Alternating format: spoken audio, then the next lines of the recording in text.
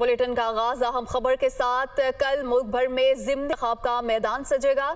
इंतखाबी मुहिम का वक्त अब ख़त्म हो चुका है और कल ये मार्का सजेगा और कौमी असम्बली के 8 हल्कों जबकि सूबाई असम्बली के 3 हल्कों में ज़िमनी इंतखाब होने जा रहा है। और चेयरमैन PTI इमरान खान कौमी असम्बली की 7 नशिस्तों से खुद मैदान में उतरे हैं और उनकी जानिब से भरपूर इंतखाबी कैंपेन भी की गई है।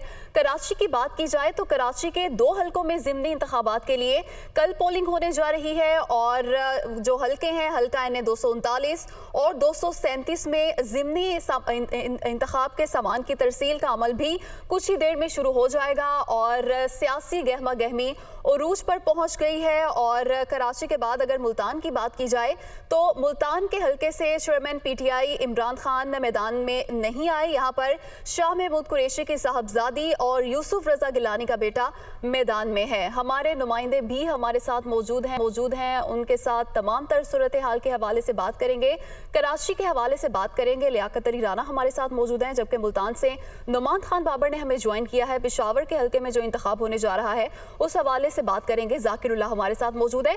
सबसे पहले कराची की बात कर लेते हैं।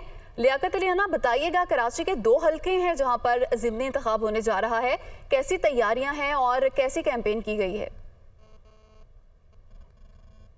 देखें, NA 237 और NA 239 के आज जो जमानत की तरसील शुरू हो रही है, NA 239 में शुरू हो चुकी है। यहाँ भी चंद मिनट तवक्को है कि सामान की तरसील शुरू हो जाएगी।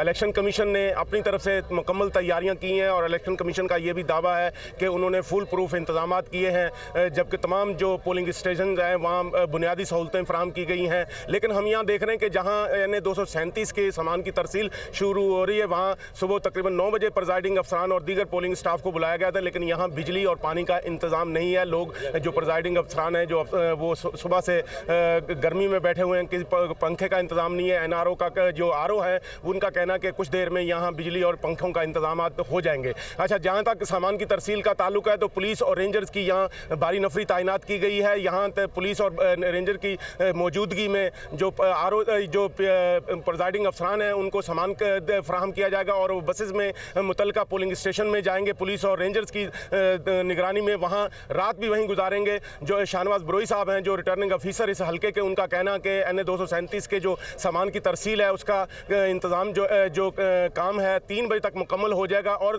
तमाम इंतजाम उनका कहना है कि मुकम्मल हैं और वो मुतमिन भी है। उन्होंने हल्के का भी दौरा किया है, जबकि जो प्रोविंशियल इलेक्शन कमिश्नर है उनका भी दावा है कि पुलिस की भारी नफरी तैनात कीजिए। 8 से 10 जो अहलकार हैं वो हर पोलिंग स्टेशन में तैनात किए जाएंगे और रेंजर के अहलकार भी मौजूद होंगे, जबकि पाक फौज के जवान भी यहाँ मौजूद रहेंगे ताकि किसी भी किस्म के नाखुशगवार वाक़े से निमटने के लिए फौरी तौर पर इंतजाम किए जाएँ। दोनों हल्के इंतहाई हसास करार दिए गए हैं।